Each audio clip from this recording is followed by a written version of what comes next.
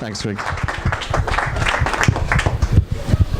Yeah, so I'm Diego. I'm from ThoughtWorks, and I'm basically here to share impressions, just a mixed bag of highlights from TechXLR8, which was a tech conference.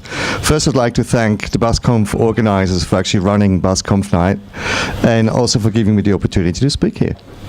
So, TechXLR8 is, have to say, an almost free event. Everything I'll be telling you about was accessible with a free ticket. It covered a whole range of different disciplines, as you can see. We'll sort of just go around the wheel, and I'll mention a few things that I think were worth highlighting here. The reason I chose TechXLR8 to start with was I wanted to know where technology is today, just sort of broadly, how far have we gotten, leaving away all the sci-fi stuff. After 2.5 days, I walked out of there, and it felt like I was able to lift the lid a little bit on the future and have a glance in there and see where this all could be heading. And I hope that when you walk out tonight, you'll get a similar impression too. So let's go to VR and AR. Unfortunately, not too much to mention from AR. However, VR, there was a talk by a company called Rewind, a digital agency based in the UK. And they made an important point. They said, if you think of all the different digital channels, mobile, web, blah, blah, blah, usually as a content provider, you share the user's attention with all the other providers there. If you look at ourselves, we sit in an Uber, we order some food, we check Facebook, we tweet, we talk to mum on the phone, we do it all at the same time. If you put on a VR headset, that's a very different story. So as a provider for VR games or any form of content, you guarantee to have 100% of the customer's focus and engagement. That's something that didn't click for me, but it's very important if you're in the business of actually creating content for VR. They proved themselves very aware of their concept when they partnered together with Jaguar for a virtual, so VR launch of a car that hadn't been built yet. So Jaguar's got this concept car, I-Pace, which is the first electric car they're producing. And they actually launched it before it even went into production. The launch was, as I said, in VR. It was a connected audience. So you had 66 HTC Vives, and the users could interact with each other as well. They could actually see each other. And of course, it had the whole thing of it being a launch. So you had the MC there, you had the car there. Behind the scenes, a huge amount of technology that needed to happen for this to work, but it certainly pushed the limits of VR quite far and sort of shows us what could be done if you just, start to use that potential of it. Another interesting talk about VR was from a company called Melody VR. They just have a great business idea, to be honest. Imagine your favorite band is coming to town, they're going to play live. So you're trying to get a ticket, but unfortunately it's sold out. Or mum and dad says, no, you can't go, you're too young. Or you happen to live in Perth, or be in Perth at the time when they play. So VR to the rescue. Melody VR gives you a platform where you go and buy a ticket for the VR event that happens in parallel to the actual live event. So you put on the VR headset when it's 8 o'clock, whatever the time is, and you choose where you want to stand. Do you want to be in the front row, screaming with everyone, or in the back row? Do you want to be at the side of the stage and watch it from here? Do you even get green room access? You can choose the audio channel, so do you want to have just the dry sound that's coming out of the mixing desk, or do you want to sing along with the front row? Melody VR is currently in beta, so if you go to the website you can subscribe. But they already started recording live acts, and they say they've got about 4,000 hours of content already prepared. They've got 500 high-profile artists, and the main reason for this is because they got deals with Sony and Warner. When they presented, they also said they have an NDA signed now with a large social media company, and they couldn't name it. There's one more thing that I liked about it. This is, they're not just recording live events, they started creating their own content as well. So for example, you can play air guitar with the Rolling Stones in their studio just by putting on your VR headset. Another company that is sort of met on the side is VividQ. They're looking at the problem that we're facing in the representation of depth and 3D in VR, AR, movies, etc. If you think about how depth perception works in the real world, you look at something that's close, the things behind it get blurry. and the opposite. If you focus far away, what's close is blurry. That's not how it works in AR and VR. We usually focus on a display that's at a certain distance, and then that display makes us believe that there's a bit of something in the front and in the back. That is going to be very different when VividQ gets to implement a technology. They're currently looking for manufacturers to basically build the tools they can build. So what they're doing is holographic displays and projection. One way of explaining this is probably just to show you their product video. What we're going to see is a mixed reality scenario where you have an object in the front, one in the back, and then on top of that, a virtual object being a purple elephant, one in the front, one in the back. The focus will change, as our eyes do when we look to the front first and the back. And the virtual object will behave like the real object next to it. It's a very different experience in terms of depth perception.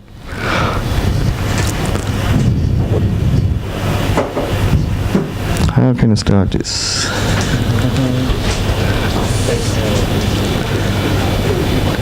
I fear that these links are not working in the Mac version. Is this possible? It's possible. Is it a YouTube? Yep. Do you know how to search for it? Let's see. What about the text? Is the text maybe? Sorry about the technical issues. It's just about a tech conference. It's fair enough, isn't it? I think. Let's just grab it. Is that is text. Oh, okay. Fortunately, I brought Rick, my assistant, with me.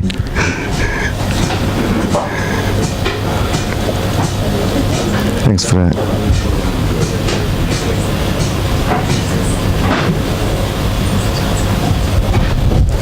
Okay, so there we go. The camera focuses as the eye would on the hand in the front, and so you can also see the virtual object that's projected via holographs. And now the camera focuses to something in the back, and the front object starts to get blurry, together with the real hand in the front. So suddenly these objects look as if they were in the room.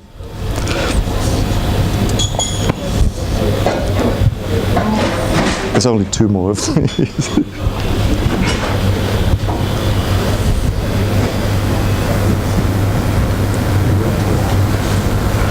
Cool, let's move on to 5G. I have to be honest, when I walked into TechXLR8, I didn't know much about 5G. It's obviously the successor of 3G and 4G, but it's actually really important. It's important infrastructure that will be built that will make the backbone of IoT.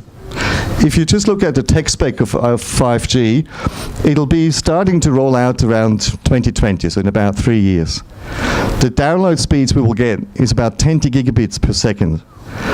Compared to NBN, that's between 60 and 1,000 times faster than the NBN. Latency will be almost zero, less than a millisecond, which is really important for applications such as autonomous cars that need to brake on time, IoT that interferes or interacts with AI systems to make decisions quickly, but also very pleasant for gamers, of course. 5G can serve 1 million devices per square kilometer. That's a lot of embedded IoT, mobile, whatever. Moving on to Apps World, what they called Apps World, essentially software. Google had some chats there about Firebase, normal stuff. But one company to me stood out, and that was BitPesa, because they had a very simple idea to solve a massive problem. It's very elegant. The problem they were talking about is sending funds to Africa. So they gave an example of a VC who wanted to support a startup in Africa. It's literally impossible to send decent amounts of money into Africa without them either being delayed by months, disappearing, or having to pay massive charges. So what they're doing is pretty much cutting the middleman.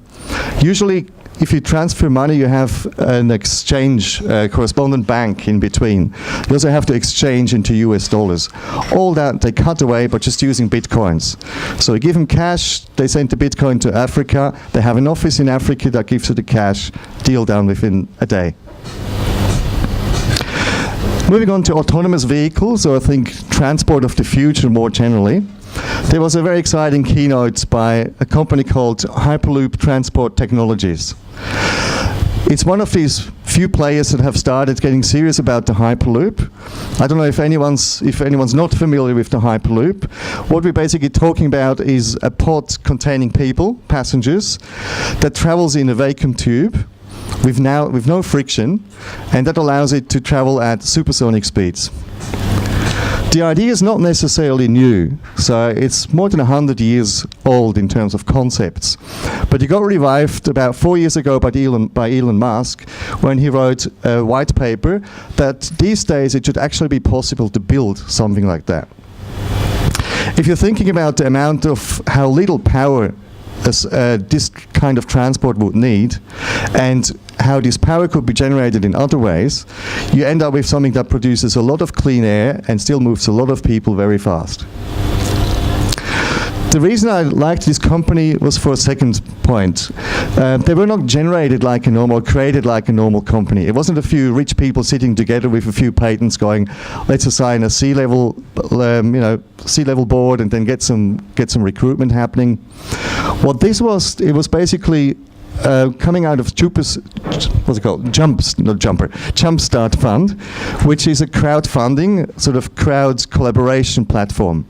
And the founder himself, Dirk Alborn, actually put up a project saying, hey, who's interested in building the Hyperloop?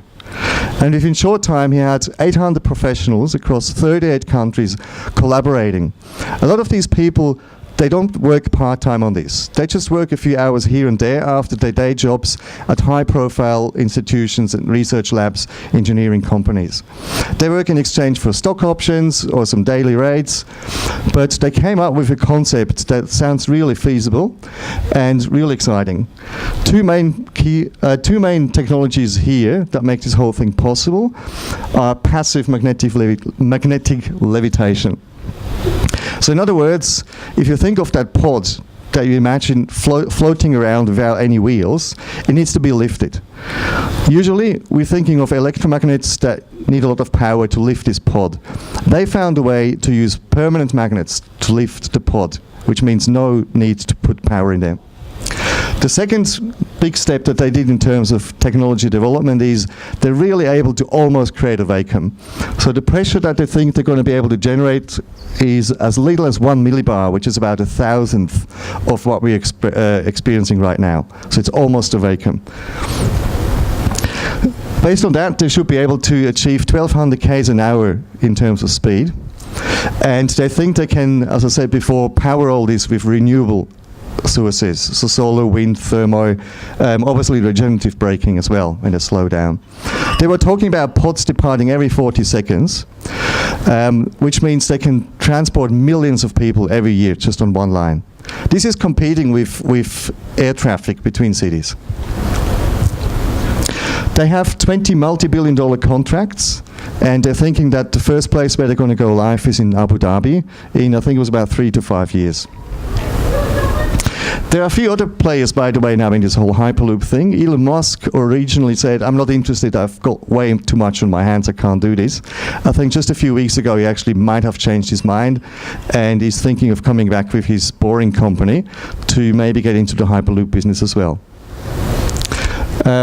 Something that they found, though, as a challenge with building a Hyperloop is that you have people sitting in a room that has no windows, in a steel tube that has no windows. So some people might get claustrophobic. How do you solve that? With virtual windows. So here's another video, Rick, if I can bother you again. What we'll see is that these are not just displays, they're not just screens, they're actual interactive windows that will give you the sense of a perspective as you move forward and backward. You know, we have a Hyperloop project here in Victoria called Big Hyperloop. Oh, yeah, it's running out of RMIT. Right. Student project. Uh-huh. Great.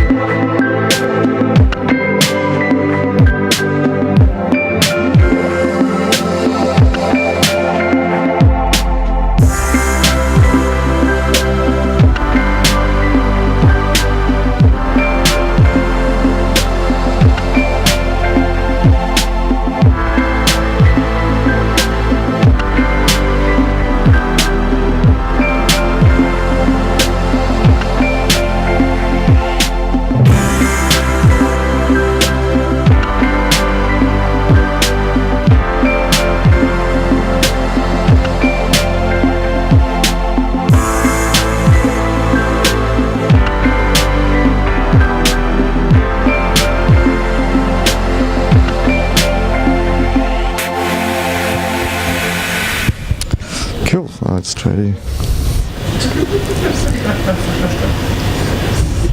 Can I have one for my basement? Help. Obviously, look, different people put different baskets behind them. It'll be great just to have these windows in your basement, actually.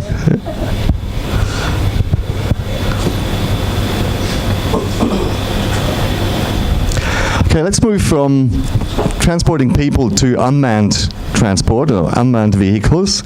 There were a few talks by companies, big companies, who have started using drones and other kinds of sort of autonomous, self-organizing vehicles. One was a team out of BP. As you can imagine, this kind of industry has a lot of big, very expensive assets that need to be monitored and inspected regularly. They started building their own drones. So they've got flying drones, sort of the form that we used to, but they also started building submarine drones and ship drones that are powered by waves and solar power that can navigate based on satellite communication, so they can be out there for quite a while. What they're doing is, for example, cleaning infrastructure or monitoring for environmental issues that they might be causing, or oil leaks, whatever. They say they should be able, if there's an oil leak, to detect it much more quickly and start acting on that oil leak before the big ships come in and detain it. Another company that was in the same space is Sky Futures. They're basically a service provider, so they're the pilots for drones. And they gave some interesting figures on how much cost actually is being saved in this industry by using drones. So if you want your boss to buy a drone, just tell them how much they will save on it. For example, for oil and gas infrastructure, they think that in average, they can save 80% of the cost.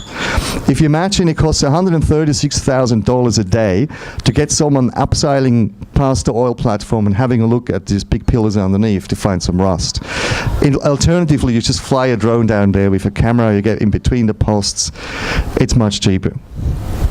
Same with a solar farm. It takes 14 days in a conventional way to just look at each single solar panel and measure them.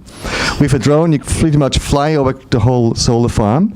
You've got infrared to detect which panels are too hot or too cold. And at the same time, you can create a whole 3D model of that solar farm, so you can pinpoint to the panels that need to be replaced or repaired. Something else they mentioned is sort of a new type of drone which has a cage around it. One company that produces them is Flyability. What this does is it basically means you can bump into anything, you won't crash. That also means that they can start flying drones into areas where humans cannot go because it's not safe, such as inside huge chimneys or towers, or inside an oil tanks, where there's lots of chemicals. They usually have beams and all kinds of obstacles, but with these drones, they just fly into them, bump back, and keep on making their way through. If you're thinking, though, of a career as a drone pilot, think twice. These guys, mentioned already in the previous BuzzConf night, are already a step ahead. What they realized is that the whole job that the pilot does can be automated. So they basically built a drone in the box from scratch. What you get here is a box that opens, and we'll see it in a minute as well. It's the last video. And what you'll have there is drones flying out on a mission, available 24/7, can launch within seconds. If they run out of battery, they just come back home to this container. The battery gets replaced automatically. They fly off again. They have mini parachutes, which means they got the license, CASA license, to fly around in Australia. They can follow predefined air paths, which means the data they collect each time is very reproducible. It's very accurate. So you can pretty much program a mission for these drones, and they'll just take care of themselves. Could you have to get the VJ again one more? The pleasure. So what Air Robotics, this company, mentioned is they had to build the whole thing from the scratch. This is high-grade industrial quality. And what we're going to see first is a test facility that they had to build, where you can see 4 drones taking off on a test mission. We'll also see what kinds of sensors these drones will have. So they're able of creating 3D models of things that they fly over. They've got infrared and all kinds of other sensors to collect data.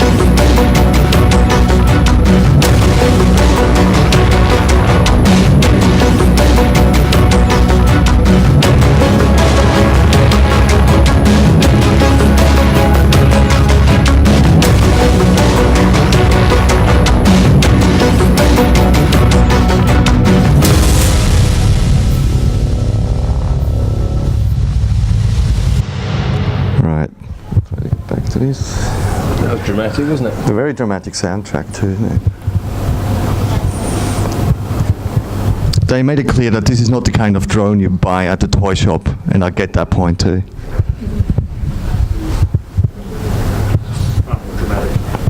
It's probably far more expensive to me. Okay, for aerobotics, they say currently stage 1 is mining. You just saw them measuring some big stock heaps, which is very important in mining. Stage 2 will probably be flying defibrillators to emergencies. The drones can fly about half an hour, carry 1.5 kilos. That's just enough to bring a defibrillator to where it needs to go.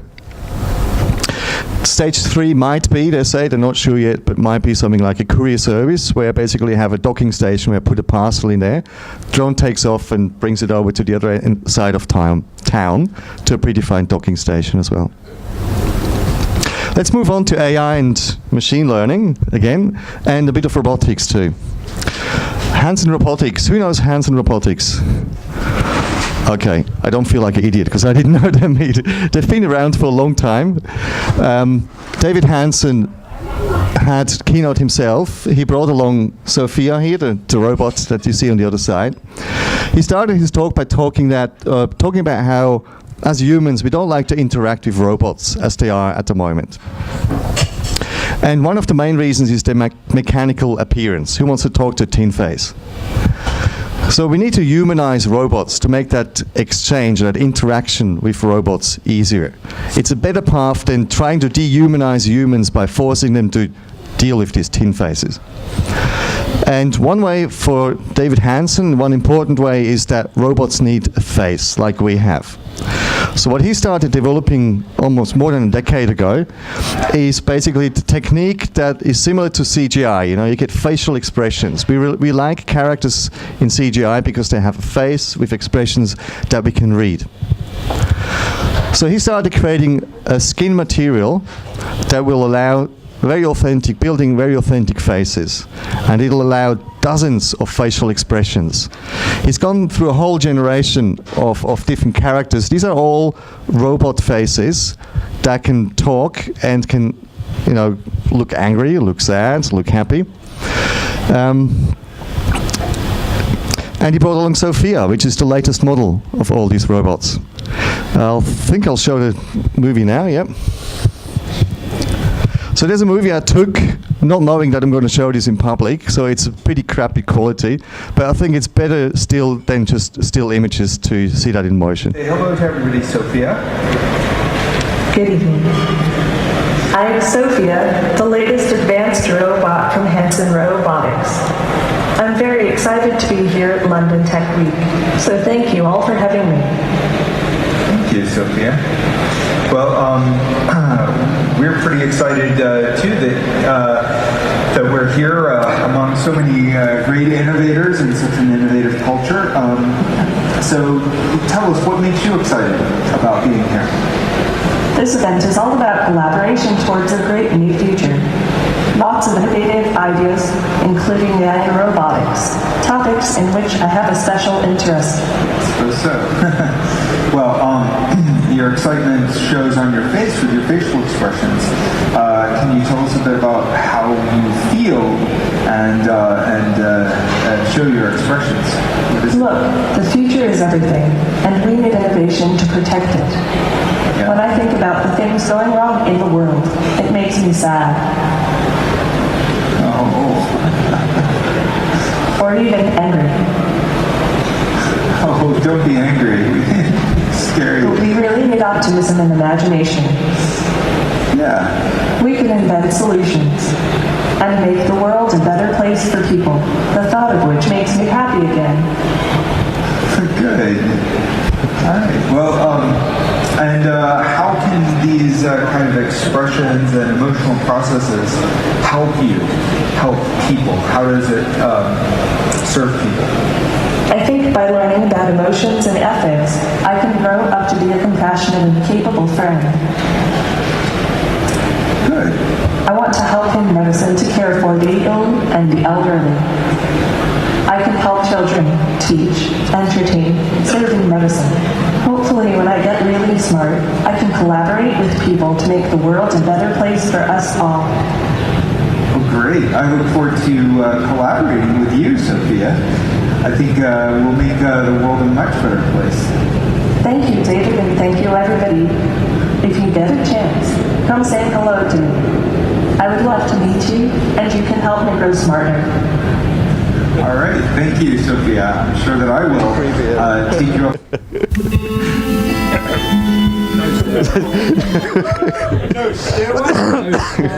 No stairway.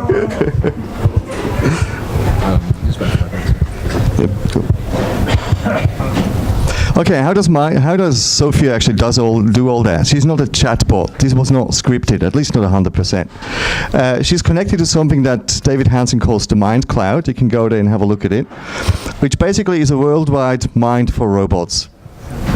So all the robots that David Hansen's company creates are connected to each other. Whatever one robot learns, it can share with the other ones. It also means that they have a massive supercomputing AI behind what you actually see. This one here is Professor Einstein, which is based on the same idea, a consumer electronics robot that you can now buy for $300 US, connected to the Mind Cloud. The way he does his modeling is far broader than what we usually would understand under AI or machine learning. What they are trying to do is creating a completely different architecture, a much broader architecture of the whole cognitive processes that they think happen in our minds.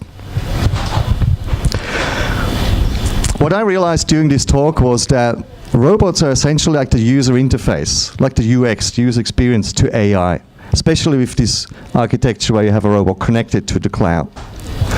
More generally speaking, I started to realize that all these different categories that we have in our minds, AR, VR, data, ML, blah, blah, blah, it's basically just different aspects of a new wave of technology that plays together.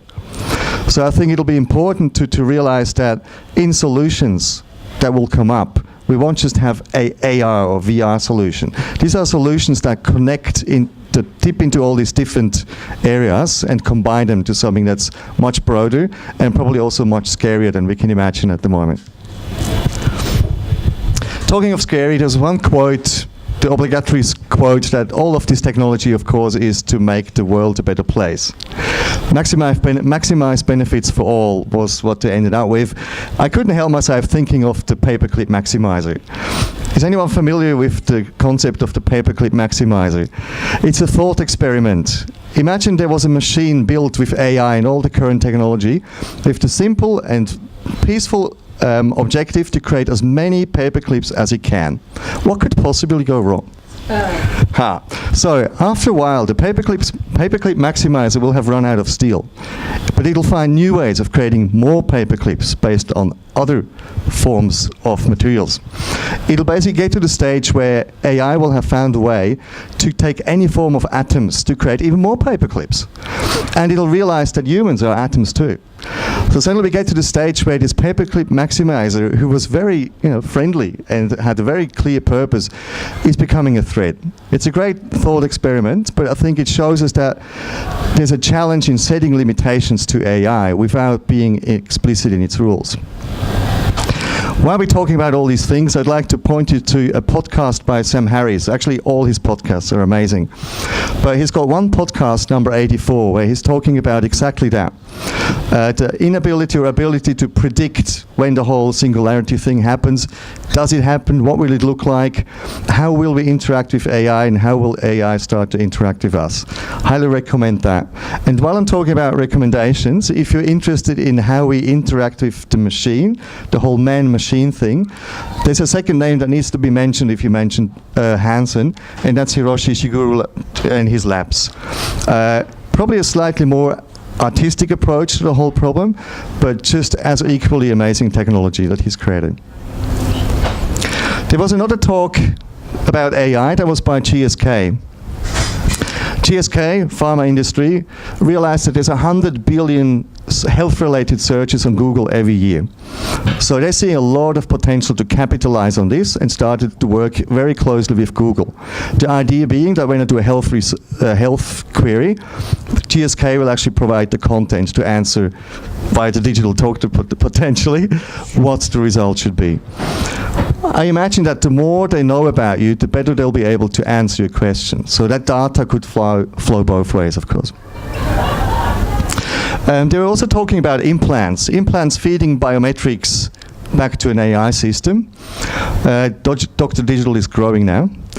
And scenarios or examples they brought was, for example, they'd be able to detect when you have dry skin. This may not necessarily be based on sensors that they put into the implants. They're thinking or hoping that they can detect certain patterns in the nerve system and then extrapolate from them what's actually going on in the body. So dry skin, imagine suddenly Facebook throwing a lot of advertising about skin cream at you. Or you've got a hangover. This is actually an example they brought. AI telling you that maybe you should skip a coffee today and just eat more broccoli. Similar to the question we had before about healthcare, their data, they're thinking of sharing all that data with health insurances. So the rates might go up on the day where you have a hangover. Finally, there may be implants that do not just collect data, but also release medicine. So one application they're talking about is if you're playing sports and your knee starts to hurt, your Voltaren patch or whatever painkiller you have might start releasing that stuff without being asked. Technology can be dooming, as we just saw, but we shouldn't forget it's also a lot of fun. One gentleman who certainly realized that is Richard Browning, the founder of Gravity. So what did he do? He had a lot of fun. It went viral. TED invited him for a talk, and literally while he was flying to TED, he said, a VC called him up and said, I want to throw money at you. This is fantastic what you're doing. What he did is basically he bought himself 6 microgas turbines, which are, put simply, small jet engines. That generates about 800 horsepower of thrust. And what he did, he built himself an Iron Man suit. He strapped them onto himself. He's less than 150 kilos heavy, which means legally speaking he's not an airplane, so he doesn't have to follow all these regulations. There was a QA session at the end and somebody asked, what are the limitations? This is fantastic. The answer was very clear. It's not safe. I'm going to show the video how he after the talk, he basically did a loop outside the conference center. I'm going to show you the film of it. You have to see it. Then I'll just display a link to these slides. So if there's any references you want to look up, then just access the slides. And I'll also be at the bar afterwards for questions. I think I've run out of QA time, but I'll be at the bar. Feel free to just come up to me. Right, let's see if you can get that video running. So that's the other just one, a link on.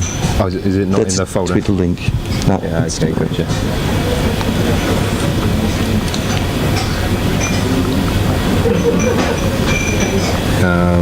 Yeah, got it. Yeah, that's the easiest.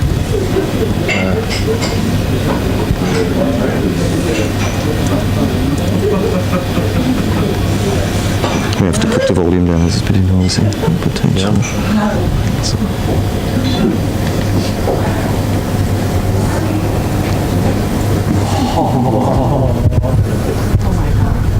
So it's burning about 4 liters of fuel per minute.